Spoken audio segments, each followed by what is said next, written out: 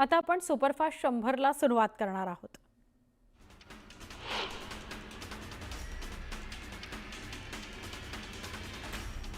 दोन्ही राष्ट्रवादी काँग्रेस एकत्र येण्यासंदर्भात पुन्हा जोरदार चर्चांना उधाण आलंय। शरद पवार आणि जयंत पाटलांच्या भेटीमुळे या चर्चांना उधाण आलंय।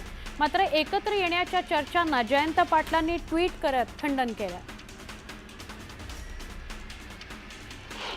उपमुख्यमंत्री अजित पवार आज बारामती दौऱ्यावर आहेत। यावेळी माळेगाव सहकारी साखर कारखान्याची पंचवार्षिक निवडणूक जाहीर झाल्यानंतर ते आज इच्छुक उमेदवारांची मुलाखत घेणार आहेत। भाजपकडून नुकतीच जिल्हाध्यक्षांची यादी जाहीर करण्यात आली। यादीमध्ये धाराशिव जिल्ह्याचे बसवराज पाटील यांची लातूर ग्रामीण जिल्हाध्यक्षपदी नियुक्ती करण्यात आली। यामुळे धाराशिव जिल्ह्यात 2 जिल्हाध्यक्ष असल्याचा जोरदार चर्चा आहे। नवल किशोर राम यांनी पुणे महानगरपालिकेच्या आयुक्तपदाचा पदभार स्वीकारला। यावेळी चंद्रकांत पाटलांनी नव्या आयुक्तांचं स्वागत केलं। दरम्यान पाटलांनी आयुक्तांसमोर शहरातील पेंडिंग कामांचा पाढा वाचला। हेरगिरी प्रकरणात मोठा खुलासा झालाय। ISI भारतीय नंबर वापरत असल्याचं समोर आलंय। पाकिस्तानमधून अनेक भारतीय नंबर वापरले जात आहेत। अटक झालेल्या हसीनानं अनेक भारतीय नंबर ISIला पुरवल्याचा खुलासा केलाय। अधिकाऱ्यांना हनी ट्रॅपमध्ये अडकवण्याकरता हेच नंबर वापरले जात होते। भारताची सीमा ओलांडून पाकिस्तानात गेलेली सुनीता जामगडे पाकमधील 3 नागरिकांच्या संपर्कात असल्याची माहिती समोर येते।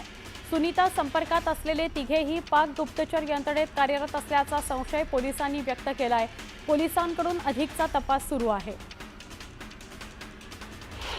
पाकिस्तानमध्ये जाण्याकरता LOC ओलांडणाऱ्या सुनीता जमगाडे हिचा मुलगा अखेर नागपुरात पोहोचला। सुनीतानं त्याला LOCवर एकटा सोडल्यानंतर कारगिलमधील बालकल्याण समितीच्या ताब्यात तो मुलगा होता। त्याला नागपुरात आणल्यावर सुनीतानं दिलेल्या माहितीत आणि तिच्या मुलानं दिलेल्या माहितीत विरोध बघायला मिळाला। परस्पर विरोधी माहिती समोर आली आणि त्यामुळे सुनीतावरील पोलिसांचा संशय आणखीन वाढला।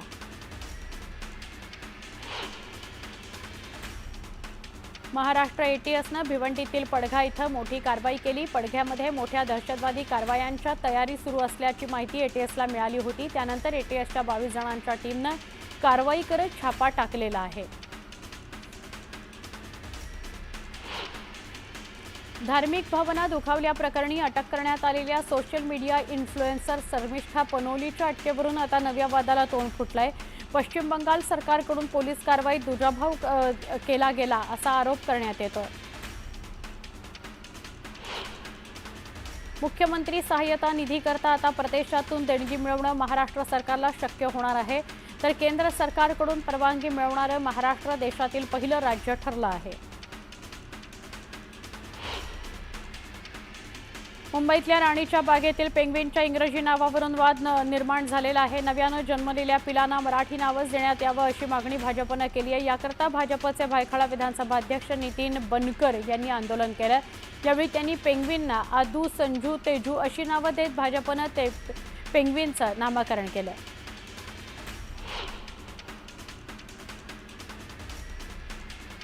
FDAनं अन्न सुरक्षा नियमांचं उल्लंघन केल्याप्रकरणी एका खासगी कंपनीचा धारावी येथील गोदामाचा परवाना निलंबित करण्यात आलाय। FDAनं धारावी इथल्या खासगी कंपनीच्या गोदामावर अचानक छापा टाकला। यावेळी मोठ्या प्रमाणात अनियमितता आढळून आली, त्यामुळे ही कारवाई करण्यात आली आहे। ऊसतोड कामगारांचा जिल्हा म्हणून ओळख असलेल्या बीड जिल्ह्यामधून प्रत्येक वर्षी 1,75,000 मजूर ऊसतोडीच्या कामाला जातात। त्यातील 843 महिलांनी ऊसतोडीला जाण्यापूर्वी गर्भपिशवीच काढल्याची माहिती समोर आली आहे। 30 ते 35 वयोगटातल्या या महिला आहेत ज्यांनी गर्भपिशवी काढून टाकली। तसंच 1523 महिला अशा आहेत ज्या गर्भवती आहेत तरी देखील ऊसाच्या फडात काम करतायत असं समोर आलं। बीड जिल्ह्यात एका वर्षात 850 महिलांनी गर्भपिशवी काढल्याची माहिती आरोग्य विभागाच्या आकडेवारीतून समोर आली आहे। पण 5000हून अधिक महिलांनी गर्भपिशवी काढल्याचा दावा मनीषा तोकले यांनी केलेला आहे। वाढीव हमीभावासोबतच कापसाची लागवड ज्याच्या खर्चात झालेल्या वाढीमुळे शेतकऱ्यांच्या चिंता वाढल्या आहेत। गेल्या हंगामातील अनुभव पाहता वाढीव हमीभाव केवळ कागदावरच राहणार की प्रत्यक्षात शेतकऱ्यांच्या पदरी पडणार याबाबत साशंकता व्यक्त होते आहे। त्यामुळे वर्षभर राबल्यानंतरही शेतकऱ्याच्या पदरी केवळ 6,950 रुपयेच मिळतात. लाडकी बहीण या राज्य सरकारच्या महत्त्वाकांक्षी योजनेतील आयकर भरणाऱ्या लाभार्थी महिलांच्या कुटुंबाची माहिती अद्यापही मिळू शकलेली नाही. राज्य सरकारनं आयकर विभागाकडे माहिती मागवली असली तरी अशी माहिती देण्याबाबत आयकर विभागानं केंद्राच्या वित्त मंत्रालयाकडे हा प्रस्ताव पाठवला असून केंद्राच्या मान्यतेनंतरच ही माहिती मिळू शकेल. किरीट सोमय्यांच्या मालेगाव दौऱ्याला सोशल डेमोक्रेटिक पार्टीनं विरोध केलाय. सोमय्या मालेगावची बदनामी करत असल्याचा आरोप करत पदाधिकारी आणि कार्यकर्त्यांनी सोमय्यांविरोधात जोरदार घोषणाबाजी केली. किरीट सोमय्या गो बॅकच्या घोषणाही त्यांनी दिल्या.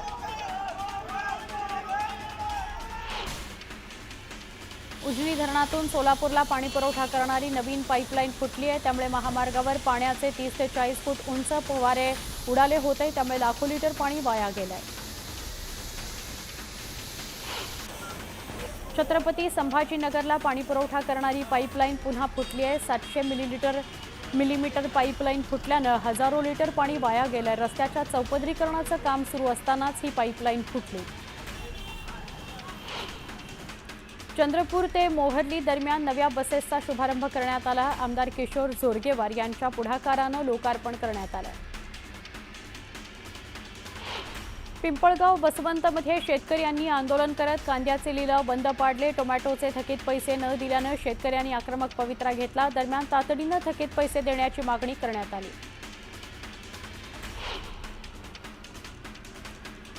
MIDCनं संपादित केलेल्या जमिनीचा मावेजा मिळावा या मागणीकरता शेतकऱ्यानं विषारी औषध पिऊन आत्महत्येचा प्रयत्न केला.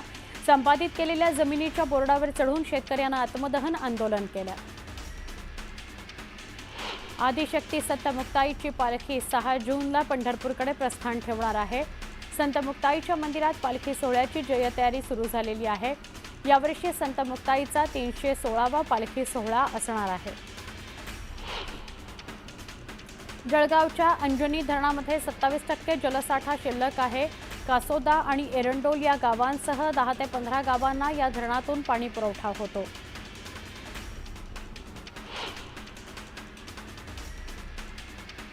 जळगाव जिल्ह्यातील 41 गावांसमोर मोठं आरोग्य संकट निर्माण झालंय. या गावांमध्ये पिण्यायोग्य पाणी उपलब्ध नसल्यानं पावसाळ्यामध्ये दूषित पाण्यामुळे होणाऱ्या आजारांचा धोका मोठ्या प्रमाणात वाढलाय. त्यामुळे प्रशासनाच्या उपाययोजनांवर प्रश्नचिन्ह निर्माण झालंय. अहिल्यानगर मनमाड महामार्गाच्या डागडुजीकरता केलेला कोट्यवधींचा खर्च पाण्यात गेलाय. गेल्या अनेक वर्षांपासून महामार्गाच्या कामाचं शुल्क काष्ट काही संपेना. त्यामुळे या रस्त्यात खड्डे आहेत की खड्ड्यात रस्ते आहेत असा सवाल उपस्थित होतोय. देहू परिसरामध्ये बाळा भेगडे यांनी स्वच्छता अभियान राबवलं. संपूर्ण परिसरातून यावेळी 10 ते 12 टन कचरा गोळा करण्यात आला. धुळे जिल्ह्यात कृषी विभागाच्या भरारी पथकानं कारवाई करत लाखोंचं बोगस बियाणं जप्त केलंय. तब्बल 20 लाखांच्या बोगस बियाणांची 1200 पाकिटं जप्त करण्यात आली आहेत. गुजरातमधून महाराष्ट्रात ही पाकिटं आणली जात असल्याची माहिती कृषी विभागानं दिली ती त्यांना मिळाली होती. मावळमध्ये रस्ता दुरुस्तीच्या मागणीकरता आंदोलन करण्यात आलं. साईनगर मामुर्डी मार्गाच्या रुंदीकरणासह किवळेतील रस्ता दुरुस्त करण्याची मागणी करण्यात आली. लेखी आश्वासनानंतर आंदोलन मागे घेण्यात आलं. कराडमध्ये शेतकरी मेळाव्याचं आयोजन करण्यात आलं होतं. यावेळी कृष्णा सहकारी साखर कारखान्याचे अध्यक्ष सुरेश भोसले यांचा जयंत पाटील आणि माजी मंत्री दिलीपराव देशमुख यांच्या हस्ते जाहीर सत्कार करण्यात आला. तुळजाभवानी मंदिरात अनधिकृतपणे पूजेचं साहित्य विक्री करताना 21 पूजेची ताटं आणि फळांचे कॅरेट जप्त करण्यात आले. भाविकांच्या श्रद्धेचा फायदा घेत काही अनधिकृत विक्रेते मंदिर परिसरात नियमबाह्य पद्धतीनं पूजेकरता लागणारं ओटीचं साहित्य विकतात आणि मंदिर प्रशासनाच्या सुरक्षा विभागानं छापा टाकत ही गोष्ट समोर आणली.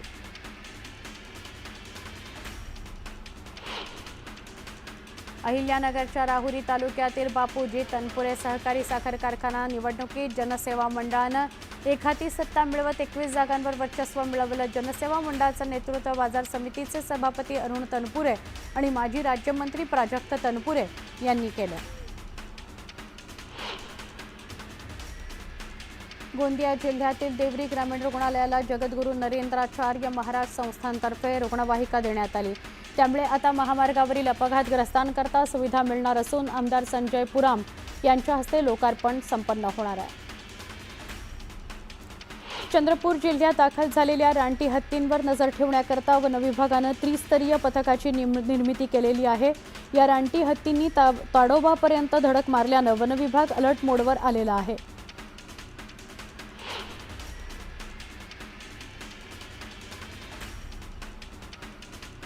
मावळमधील किवळे विकासनगर या भागात वारंवार बत्ती गुल होते। अनेक नागरिकांच्या घरातील उपकरणं त्यामुळे खराब झालेली आहेत।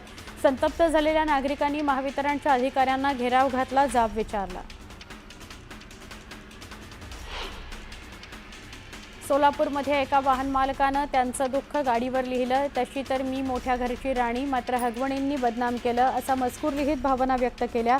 या मजकुराची जोरदार चर्चा आहे।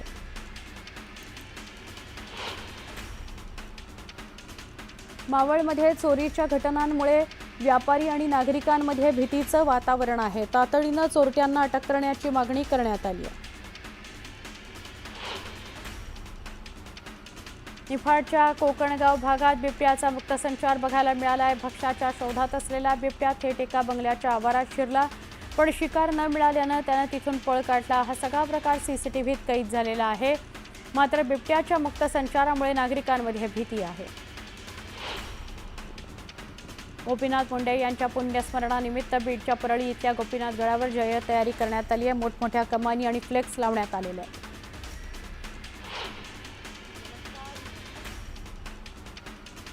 दिवंगत लोकनेते स्वर्गीय गोपीनाथ मुंडे यांची 3 जूनला पुण्यतिथी आहे। बीडच्या परळी इथल्या गोपीनाथ गडावर विविध कार्यक्रम त्यानिमित्तानं आयोजित करण्यात आले आहेत। अकोला जिल्ह्यातील बार्शी टाकळी तालुक्यात शेतात ज्वारी कापणी दरम्यान 4 फूट उंच ज्वारीच्या कणसावर चढलेल्या 2 कोब्रा नागांचं दर्शन झालं। त्यामुळे नागरिकांमध्ये भीती आहे।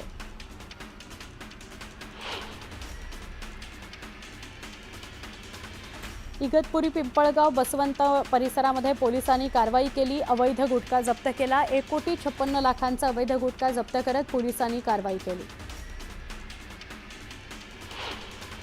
वाशिममध्ये साडीच्या दुकानातून 3 महिलांनी चोरी केली आहे। चोरीची सगळी घटना सीसीटीव्हीत कैद झाली आहे। सतत चोरीच्या घटना टाळण्याकरता चोरट्यांना अटक करण्याची मागणी करण्यात आली आहे। शिवसेनेचे पदाधिकारी अशोक धोडी अपहरण आणि हत्या प्रकरणातील मुख्य आरोपी 5 महिने उलटूनही पोलिसांच्या हाती लागत नसल्याने पोलिसांच्या कार्यक्षमतेवर प्रश्नचिन्ह निर्माण झाले। न्यायालयाने वॉरंट जारी करूनही पोलिसांना आरोपी मिळत नसल्याने संताप व्यक्त केला गेला। हिंगोली जिल्ह्यात पोलिसांकडून कोम्बिंग ऑपरेशन राबवण्यात आलं। एकाच वेळी 63 ठिकाणी कोम्बिंग ऑपरेशन राबवण्यात आलं। यावेळी सराईत गुन्हेगारांची तपासणी करण्यात आली। लोणावळा शहरात चोरीच्या घटनांमध्ये वाढ झाली आहे। लोणावळाकरांची सुरक्षा वाऱ्यावर आहे। पोलीस स्थानकापासून हाकेच्या अंतरावर 3 वेगवेगळ्या ठिकाणी चोरीची घटना समोर आल्यानं पोलिसांच्या कामावर प्रश्नचिन्ह निर्माण होत आहे। सोलापुरात भीषण अपघात झालाय। एका दुचाकीनं 6 वर्षाच्या चिमुकल्याला जोरदार धडक दिली। या अपघातामध्ये चिमुकल्याचा जागीच मृत्यू झाला। या प्रकरणी गुन्हा दाखल करण्यात आलेला आहे। पिंपरी चिंचवडमध्ये अवैधरित्या पिस्तूल बाळगून त्याची विक्री करणाऱ्या 3 सराईत गुन्हेगारांना पोलिसांनी अटक केली आहे। त्यांच्याकडून 8 लाखांची 5 देशी बनावटीची पिस्तूलं जप्त करण्यात आली आहेत।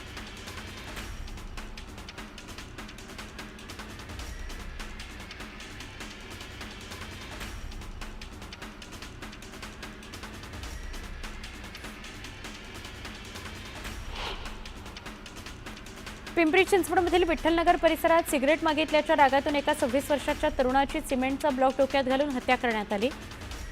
या प्रकरणी पोलिसांनी गुन्हा दाखल केलाय। पोलिसांकडून आरोपीला अटक करण्यात आली आहे।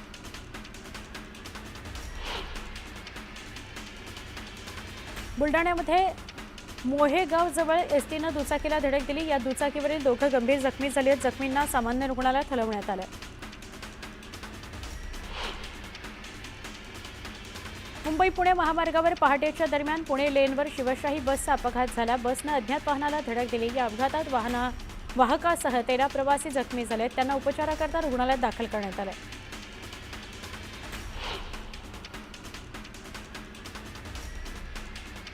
जळगावातील धक्कादायक प्रकार समोर आलाय। पिसाळलेल्या कुत्र्यानं हल्ला केल्यानं 4 वर्षाच्या बालकाचा मृत्यू झाला। या प्रकरणी पालिकेच्या हलगर्जीपणावरून जळगावात संताप व्यक्त होतोय।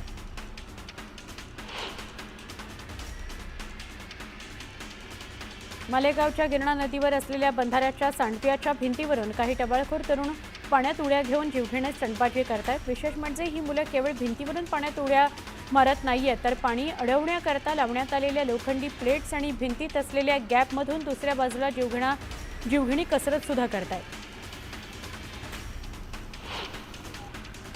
जळगावात मे महिन्याच्या सुरुवातीला झालेल्या पावसानंतर पाचोरा, चाळीसगावसह परिसरात शेतीच्या मशागतीच्या कामांना वेग आलाय। मात्र बदलत्या वातावरणामुळे पेरणीबाबत शेतकऱ्यांमध्ये संभ्रम आहे। मुसळधार पाऊस आणि बदलत्या वातावरणाचा बेदाण्याला फटका बसलाय। त्यामुळे लासलगाव निफाड भागातील हजारो क्विंटल बेदाणा भिजून खराब झालाय। त्यामुळे पंचनामे करून नुकसान भरपाई द्यावी अशी मागणी बेदाणा उत्पादकांनी केली आहे। कराडमध्ये अर्ध्या एकरात लावलेले टोमॅटोचं पीक अज्ञातानं उपटून टाकलं। त्यामुळे शेतकऱ्याचं मोठ्या प्रमाणात नुकसान झालंय। गेल्या 8 दिवसांपासून सतत कोसळणाऱ्या पावसानं सिंधुदुर्गात काहीशी उसंत घेतली। त्यामुळे भात पेरणी करणारा शेतकरी सुखावलाय। हे वातावरण शेतीकरता पोषक असल्याने शेतकऱ्यांची भात पेरणी करता लगबग सुरू झालेली आहे।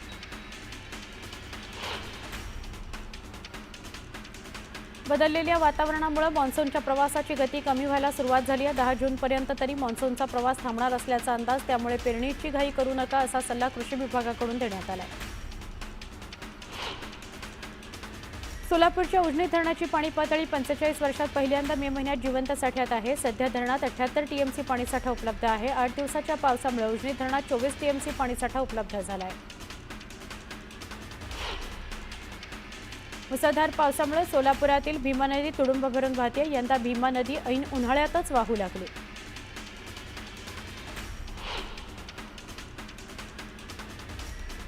नागपूर पालिका आयुक्तांनी दिलेली 31 मेची डेडलाईन संपली आहे। मात्र अद्यापही खड्ड्यांची कामं जैसे थेच आहेत।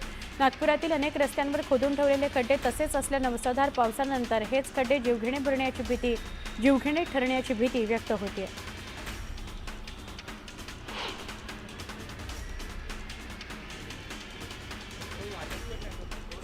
बदलापूरमध्ये गार्डनमध्ये खेळत असताना गार्डनमधील लोखंडी खांबाला स्पर्श झाल्यानं शॉक लागून एका 14 वर्षाच्या मुलाचा मृत्यू झाला। या लोखंडी खांबाला उघड्या विद्युत वाहिन्यांचा स्पर्श झाल्यानं त्यात विद्युत प्रवाह उतरला होता। दरम्यान या विद्युत वाहिन्या अशा लोखंडी खांबाला उघड्या कशा राहिल्या असा संतप्त सवाल नागरिकांनी केलाय।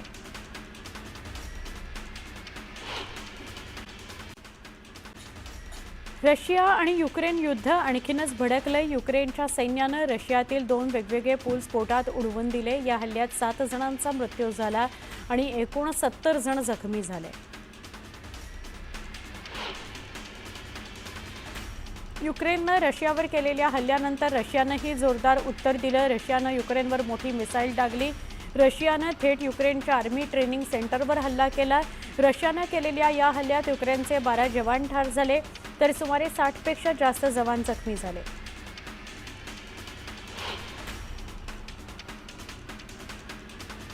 खार्किव्ह या प्रदेशातील युक्रेनची ड्रोन प्रक्षेपण प्रणाली नष्ट करण्यात आली आहे असा दावा रशियाच्या संरक्षण मंत्रालयानं केला। या हल्ल्याकरता इस्कंदर M क्षेपणास्त्राचा वापर करण्यात आला, जो अत्यंत अचूक मानला जातो। या हल्ल्यात 6 ड्रोन लॉन्चर्स, 30 मानवविरहित ड्रोन वाहनं संपूर्णपणे नष्ट करण्यात आली। युक्रेन रशियाचं युद्ध युद्धबंदीसारखं नसून ते अणुयुद्धासारखं आहे असा दावा युक्रेनच्या माध्यमांनी केलाय। तर युक्रेननं रशियाच्या 2 अणुतळांना लक्ष्य केलंय। यासोबतच रशियाचे AWACS म्हणजेच मोठे रडार विमान A-50 देखील नष्ट झाले आहे असा दावा युक्रेनच्या संरक्षण मंत्रालयानं केला।